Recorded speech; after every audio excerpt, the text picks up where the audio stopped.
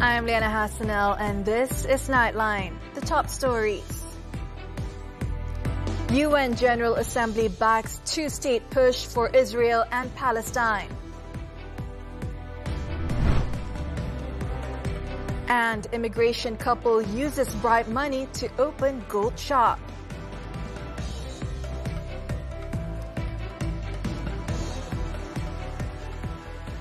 Good morning. We begin the bulletin with this story. The United Nations General Assembly has overwhelmingly backed a resolution reviving a two-state solution for Israel and Palestine.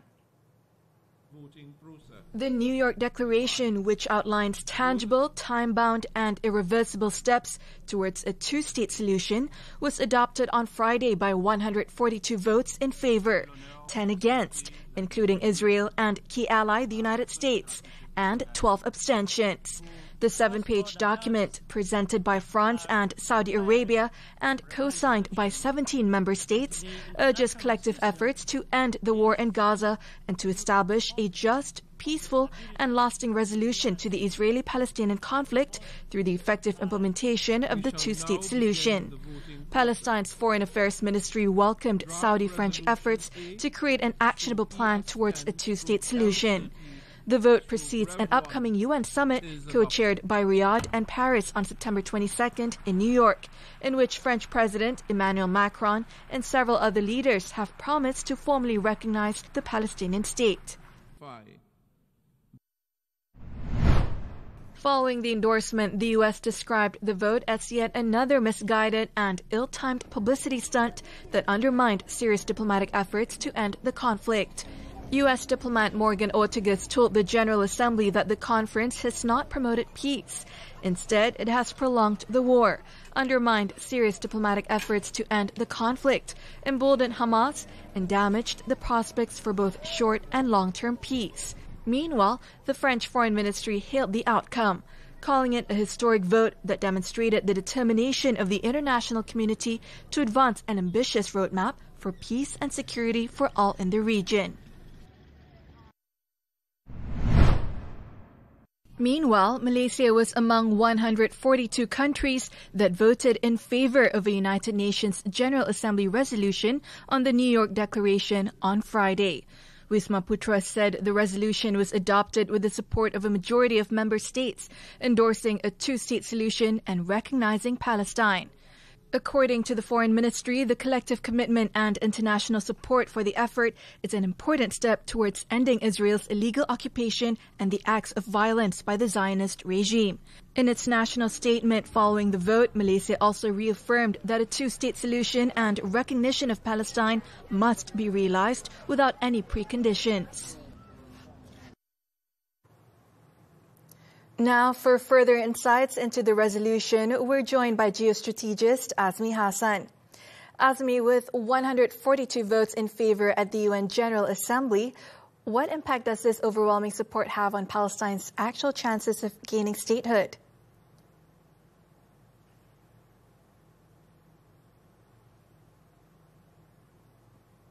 No surprise there, except that the state cannot veto the resolution.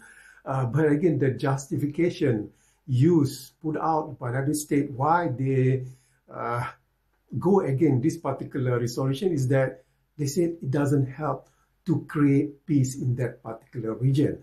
And I think it contradicts to the logical reasoning. It contradicts to the logical mind of the ordinary people that Israel need to recognize that in order to live in peace, they need to live side by side with a Palestinian sovereign state in this case. So what the state is doing that by not by going against, we expect that they will go against any resolution that are going against to Israel, but the justification that they use as if they have lost any justification, they have lost any morality that the state is the mediator that can bring about peace in the Middle East, or in this particular case, the conflict between the Palestinian and also Israel.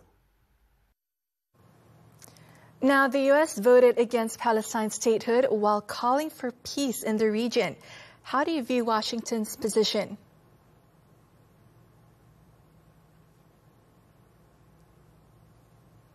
Well, it's a huge impact indeed, not only in terms of numbers, the nation that support Palestinian statehood or the New York resolution, but the resolution came about after 24 hours.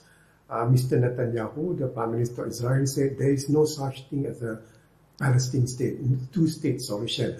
But again, I think it's a culmination of coming 22nd September, where France and Saudi Arabia will co-host a special summit on Palestinian statehood or the two-state solution. I think the New York resolution will bring about some strength on the 22nd September when the summit commences at the United Nations. Thank you, Dr. Azmi. The Zionist regime has grown increasingly impudent, carrying out attacks on 6 countries over the past few days with no regard for restraint. Prime Minister Datuk Sri Anwar Ibrahim said Israel's actions reflect its aggression and cruelty, which he added are openly supported by major world powers.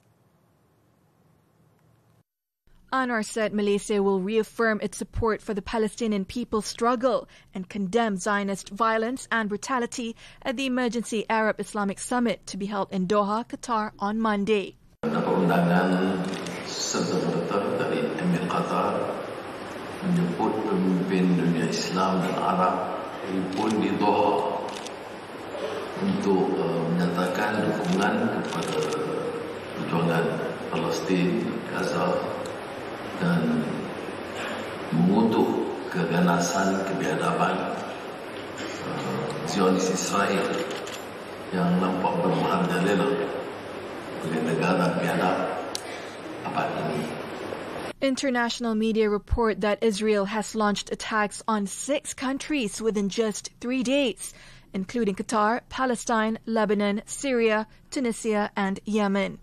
Among the attacks were drone strikes on Gaza-bound global Sumut flotilla vessels in Tunisia, as well as an airstrike on Doha, Qatar, which Israel claimed targeted Hamas political leaders.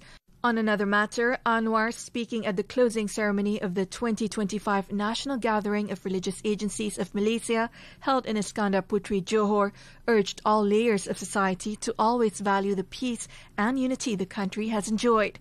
He said various crises abroad, including wars, civil unrest, and armed violence, should serve as lessons for Malaysians. Earlier, Israeli airstrikes leveled 3 schools run by the UN Agency for Palestinian Refugees, UNRWA, in Gaza City. The army reportedly carried out heavy strikes on the Sitsura, Al-Alya, and Shahibir schools in Gaza's Beach refugee camp, where thousands of displaced people had sought refuge after fleeing earlier attacks. The raids also struck a multi-story apartment block in the Al-Firuz Towers area of western Gaza's Al-Nasser neighborhood, and a home on Al-Sinaa Street in the south of the city.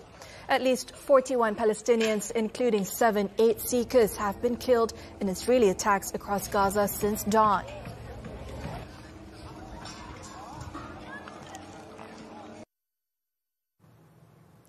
The Prime Minister has assured that the price of RON 95 petrol will be reduced, as announced by the government last July. In this regard, Anwar emphasized that the government has not wavered in implementing the fuel price reduction. Sebelum akhir September, 10 September, akhir September kita. 15 September, akhir ke tengah. Tunggulah sekejap. Baik. Tapi turun atau tidak? Minyak. Turun. Anwar, who is also PKR president, said this during his speech at the Johor State-level Rapat Umum 27 Tahun Reformasi Program. On July 23rd, he announced that the price of RON 95 petrol will be reduced to RM1.99 per litre by the end of September, compared with the current RM2.05 per litre. The move is expected to benefit 18 million car drivers and motorcyclists. In a related development, the Domestic Trade and Cost of Living Ministry is urging all public and goods land transport companies to register for the Petrol Subsidy Control System, SKPS, from Monday. This is a necessary requirement for the transport sector to benefit from the RON95 petrol subsidy. Minister Dato' Armizan Muhammad Ali said his ministry has been tasked with managing the subsidy distribution mechanism for both vehicle categories, adding that the SKPS has been developed as the platform for companies to submit their applications. Eligibility criteria include being a registered company owned by the applicant and falling within the approved categories. Less than an hour pun boleh dapat kelulusan tersebut. Dan sebaik mendapat kelulusan tersebut, boleh terus membuat permohonan pula fleet card. Yang ambil masa sedikit adalah fleet card. Armizan added that subsidized RON95 purchases will be made using fleet cards, and oil companies are also allowed to develop digital cards through their own applications. Eligible vehicle categories include taxis, rental cars, school buses, hearses, as well as various types of goods transport vans and lorries. At a separate event, Anwar once again emphasized the importance of strengthening national unity ahead of the Malaysia Day celebration on Tuesday. He said unity can be ensured if the rights of the Malay majority and Muslims continue to be protected without denying the rights of other communities. Speaking at the Meet Anwar session in conjunction with the 27th Johor Scouts General Assembly in Mersing, the Prime Minister said the rights of all communities must be protected as they form the foundation of the nation's unity. Kalau kita mau jamin perpaduan negara ini majoriti Melayu Islam, mesti dipertahankan hak mereka. Tapi negara ini juga mesti jamin hak semua warga negara. China, India, orang asli, Dayak, Kadazan. On the role and responsibilities of the youth as future leaders and heirs of the nation, Anwar said they must be given ample space, training and opportunities to develop discipline and skills. He also welcomed a proposal to organize an ASEAN Scouts gathering in Malaysia, seeing it as a platform to enhance youth collaboration across the region. The Malaysian Anti-Corruption Commission, MACC, revealed shocking details on Saturday following the arrest of a husband and wife pair of immigration officers who had been living lavishly off bribe money. They are suspected of amassing around 900,000 ringgit in bribes over 4 years and allegedly used the illicit proceeds to open a gold shop. The couple were arrested by the graft buster through Opdigo recently. Both suspects in their 40s are alleged to have received the illicit payments between 2020 and 2024 by expediting work permit approvals for undocumented foreign workers. MACC Deputy Chief Commissioner of Operations, Datuk Sri Ahmad Kusairi Yahya, said that the suspects opened the gold shop by using family members as proxies to register the business. They also purchased a luxury car. During a raid on the shop in Pahang, officers found about 3 kilograms of gold worth 1.4 million ringgit. Both suspects have been remanded for 5 days until Monday for further investigation. The 7 men arrested after allegedly provoking unrest and injuring a senior police officer during the eviction operation in Kampung Sungai Baru in the capital last Thursday are believed to be members of an organization with one identified as its leader. City Police Chief Datuk Fadil Marsus said investigations were underway to establish the motives of those involved. According to Fadil, 3 investigation papers have been opened so far. He also revealed that one of the detained men, aged 26, had already been charged in court, pleaded guilty, and was fined 1,500 ringgit. Yang 6 lagi masih dalam siasatan, masih dalam reman. Dan berkenaan dengan 3 siasatan ini juga akan ada tangkapan selepas ini. Kita akan buat ada beberapa tangkapan lagi selepas ini. Dan ada beberapa subjek lagi yang kita percaya kita masih chase, kita masih kejar, still at last kat luar. Initial investigations revealed that all the suspects aged between 15 and 50 are not residents of Kampung Sungai Baru. Several of the detained men also have prior criminal records, including for involvement in riots. Thursday's court-ordered eviction turned chaotic when a group opposing the operation tried to push through a police barricade, sparking a scuffle. Dangwangi Police Chief Assistant Commissioner Sulizmi Afendi Sulaiman was left bloodied after being struck on the head by an object hurled from the crowd. The use of violence by the group has been condemned by various parties, including Prime Minister Datuk Sri Anwar Ibrahim. Malaysia is at a turning point in its climate and economic journey, with carbon tax legislation on the horizon and regional carbon markets gaining momentum. According to Malaysia Carbon Market Association President Dr. Renard Siu, the carbon tax is meant to compel companies to factor pollution into their bottom line. Carbon tax, essentially what it is, it's a cost, right, on pollution. So if an entity emits greenhouse gases or carbon dioxide specifically in excess of the threshold that has been set, there will be a levy that is imposed. Siu added that government support, including grants and subsidies, is crucial to help industries, particularly small and medium enterprises, SMEs, adopt low-carbon technologies. He also emphasized that policies must be designed to incentivize companies taking proactive steps towards sustainability, ensuring the transition to a greener economy is inclusive and effective. So I think grants, subsidies for different carbon reduction technology adoption that some of these SMEs are embarking on. But I think there also needs to be policies that sort of favor SMEs, right, that are actually making that shift.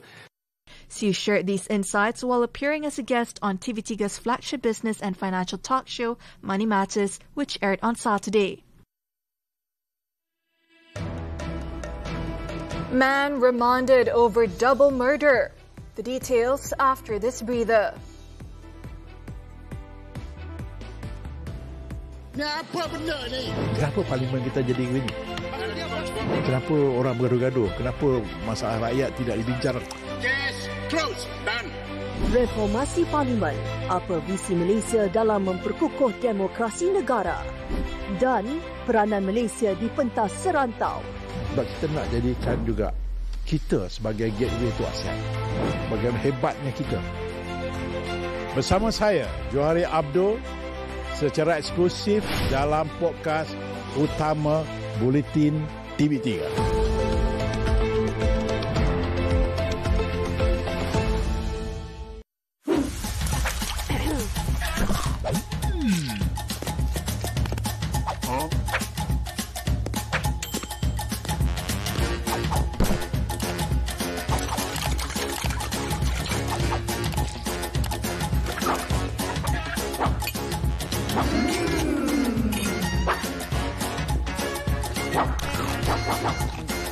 Susah buat pilihan. Boleh tolong saya? Terbaru dituntut. Aku dah nak tolong kau je, Lisa. Ya, tolong jahanamkan aku dulu. Haris, dengarlah saya cakap ni. Please. Haris, jangan saman saya. Betul ke tunang kau ada orang lain? Orang lain? Ya Allah, tak sangkanya. Dekat kawasan rumah saya ni, ada artis. Artis? Bukan saya yang artis. Muat turun dan layan tonton sekarang. Semua favourite anda di sini. Nightline continues. All parties have been urged to stop exerting excessive pressure over the issue of university admissions through the UPU online system, as it could trigger public anxiety. Higher Education Minister Datuk Sri Zamri Abdul Kadir said his ministry remains open to discussions and constructive suggestions. In a video statement on Saturday, Zamri emphasized that no party should challenge or undermine the UPU online system, which has a proven track record, as well as other entry channels such as matriculation, foundation programs, and the Sijil Tinggi Persekolahan Malaysia (STPM). Saya menyeru kepada pihak-pihak tertentu jangan keterlaluan menggunakan kesempatan ini untuk memenuhi matlamat-matlamat kumpulan tertentu ataupun bagi kepentingan politik tertentu. Pihak KPT kita sentiasa berusaha memastikan peluang yang adil dapat diberikan kepada semua pelajar melalui sistem yang selama ini kita laksanakan. He explained that the appeal and consultation process is available through UPU Online, which is designed to help students who face application difficulties. The minister added that his ministry is continuously addressing issues faced by students to ensure they have the opportunity to pursue higher education. The government is conducting a comprehensive study on the need to implement a sovereign cloud policy to safeguard the nation's data, particularly sensitive and classified information. Communications Minister Datuk Fahmi Fadzil said this also involves assessing international legal frameworks, such as the United States Cloud Act, in view of concerns over data ownership and cross-border access. According to Fahmi, more countries are now prioritizing data sovereignty amid growing concerns over the collection and use of personal data by global tech giants and social media platforms. Syarikat-syarikat big tech, media sosial dan sebagainya, mereka memiliki data yang kita gunakan di platform-platform itu. Macam Facebook, semua yang kita masukkan dimiliki oleh Facebook. Dan sama juga dengan TikTok. He said this to reporters after attending a forum on online safety in the age of artificial intelligence held in Kuala Lumpur on Saturday. Fahmi added that the government has yet to make a decision on the matter, but stressed that any policy must address not only current needs, but also safeguard the nation's long-term interests. The legal team representing the family of the late Zara Karina Mahathir has called for all planned solidarity gatherings related to her death to be put on hold until the inquest into the teenager's death is completed. The request was made in line with the wishes of Zara's mother. In a joint statement on Saturday, the legal team consisting of 6 lawyers said this was also to avoid the risks of sub judice and interference with the inquest proceedings. They also urged all parties to be cautious in posting comments or criticisms on social media about the inquest and the evidence presented. The legal team also called on all parties to allow space for the court to carry out its duties and to place trust in the judicial process in the pursuit of truth and justice. The lawyers also expressed satisfaction with the proceedings so far, which have heard testimonies from 6 witnesses.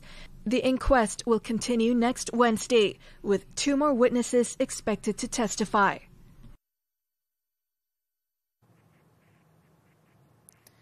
The suspect who allegedly stabbed a woman and a mobile phone trader to death in Taman Nona, Guar Cempeda, near Yan Kedah on Thursday night has been remanded for 6 days. The 29-year-old was arrested in front of a roadside shop in Kuala Terengganu on Friday morning. The Sungai Petani Magistrates Court issued the remand order until Thursday to facilitate police investigations into the double murder case. Yan District Police Chief Superintendent Muhammad Hamizi Abdullah said authorities are still investigating the suspect's relationship with the female victim. It was previously reported that 28-year-old Nurul Nur Shamira Khamis and her soon-to-be fiancé, Ku Ashraf Kushuib, aged 30, were found dead with multiple stab wounds. The body of Nurul Nur Shamira, who was also a single mother, was found in the front seat of a car parked in the housing area, while Ku Ashraf's body was discovered face down on the road nearby. Investigators believe jealousy may have been the motive. A press conference is expected to be held at the Kedah Police Headquarters on Sunday to provide an update on the fatal stabbing case.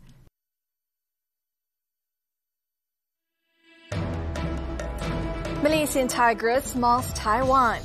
This and more when Nightline returns.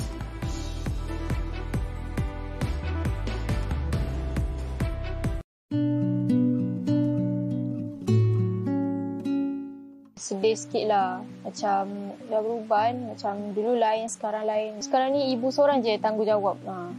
Kadang kalau tak cukup pun saya pendam sebab saya tak nak mak banyak fikir. Macam saya ni macam lahir ni macam tambah beban ibu lah. Tapi saya cuba untuk elakkan fikiran macam tu.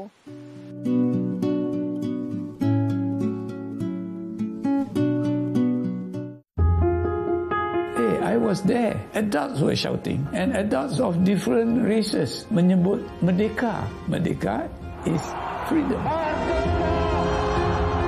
If Merdeka Stadium can speak, can you just imagine how many stories it can tell you?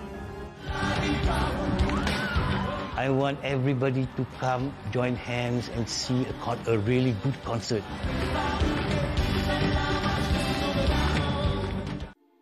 Suspek ini dipercayai telah melakukan pembunuhan dan seterusnya melupuskan mangsa. Kalau Salvan bersama seorang lagi yang masih bebas dituduh membunuh Nur Rahayu Khamarudin. Saya ingat macam saya cakap tadilah, remaja hilang biasa. Tapi bila saya terdengar satu perkara tu, satu benda yang dia cakap, suara Ayu menjerit sebelum dia hilang. Dan kawan dia cakap, tak boleh macam ni, nanti polis tahu. Kau tinggal macam ni, nanti masalah. Kau pergi bakar balik. Terbaru dituntut. Aku just nak tolong kau je, Lisa. Ya, tolong jahanamkan aku dulu. Haris, dengarlah saya cakap, Mi. Please. Haris, jangan saman saya. Betul ke tunang kau ada orang lain? Orang lain?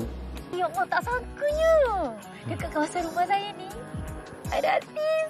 Artis? Bukan saya yang artis. Muat turun dan layan tonton sekarang. Semua favourite anda di sini. The foreign front.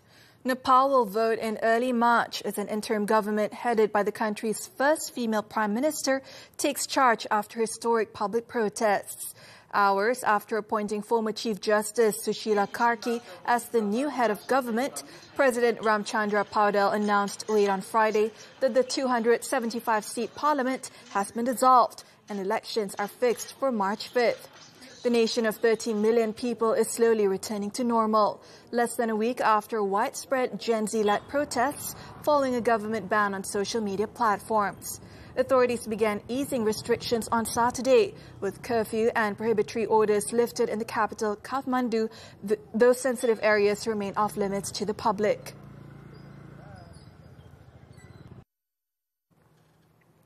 A 7.4 magnitude earthquake struck off the coast of Kamchatka in Russia's far east on Saturday. However, there was no risk that the quake had triggered a tsunami. According to the United States Geological Survey, the quake hit 111 kilometers east of the Russian city of Petropavlovsk-Kamchatsky, the administrative center of the Kamchatka region, at a depth of 39.5 kilometers. Meanwhile, the Japan Meteorological Agency reported slight changes to sea levels around Japan, but are not expecting to see any damage as a result of abnormal waves.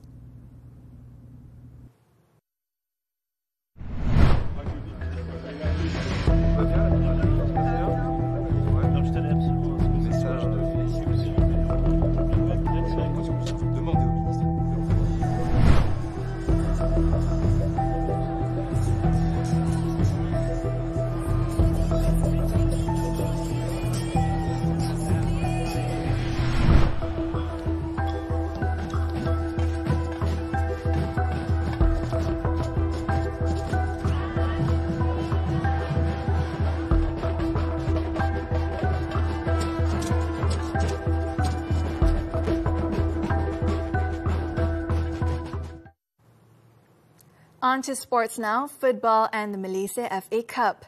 Two matches took place on Saturday night. Terengganu FC advanced to the quarter-finals after a comeback 4-2 aggregate win over Imigration FC. At the MBPJ Stadium, Selangor booked a quarter-final clash with Negeri Sembilan after thrashing Malaysian University 9-0. Katsuhito Kinoshi's men were ruthless against the A1 League side, advancing with a massive 12-1 aggregate, having already won the first leg 3-1 last month. Kevin De Romram opened the scoring with a header from a Faisal Halim corner in the 12th minute, before Quentin Cheng and Shrigo Morris made it 3-0 at half-time. After the break, De Romram struck again with a long-range effort in the 48th minute, before 5 more goals sealed a crushing victory for the Red Giants. Turning to hockey, the 2025 Women's Asia Cup. The national team produced a stunning first-half blitz to hammer Taiwan 8-0 in their 5th to 8th classification match in Hangzhou, China on Saturday. The Malaysian Tigers, coached by Muhammad Nasihin Nubli Ibrahim, scored all 8 goals inside 30 minutes at the Guangzhou Canal Sports Park Stadium, extending their unbeaten run in the classification stage. Siti Nur Arfah Muhammad Noor opened the scoring in the 3rd minute before Nur Afika Shazani Azhar added a second. Nur Amira Shakira Zulkifli then netted twice, and Siti Nur Arfah struck again to make it 5. Goals from Nur Aisha Chemusa, Hanis Nadia On, and a second from Nur Afika sealed the emphatic win. Malaysia will next face the winner of Thailand vs Singapore for 5th place. Badminton now, the 2025 Hong Kong Open. National women's doubles pair Pearly Tan and Amtina's hopes of defending their title were dashed after they bowed out in the semi-finals on Saturday. The World Championships runners-up found China's Jia Yifan and Zhang Shuxian too strong, losing 14-21, 11-21 in just 35 minutes. This is the 5th time in 6 meetings this year that the duo lost to the China pair. Their defeat marked the end of Malaysia's campaign, as Pearly and Tina were the only national shuttlers to reach the last 4. For the record, the Malaysian duo lifted the women's doubles crown at the Hong Kong Open last year, beating China's Liu Shengshu and Tan Ning 21-14, 21-14 in the final.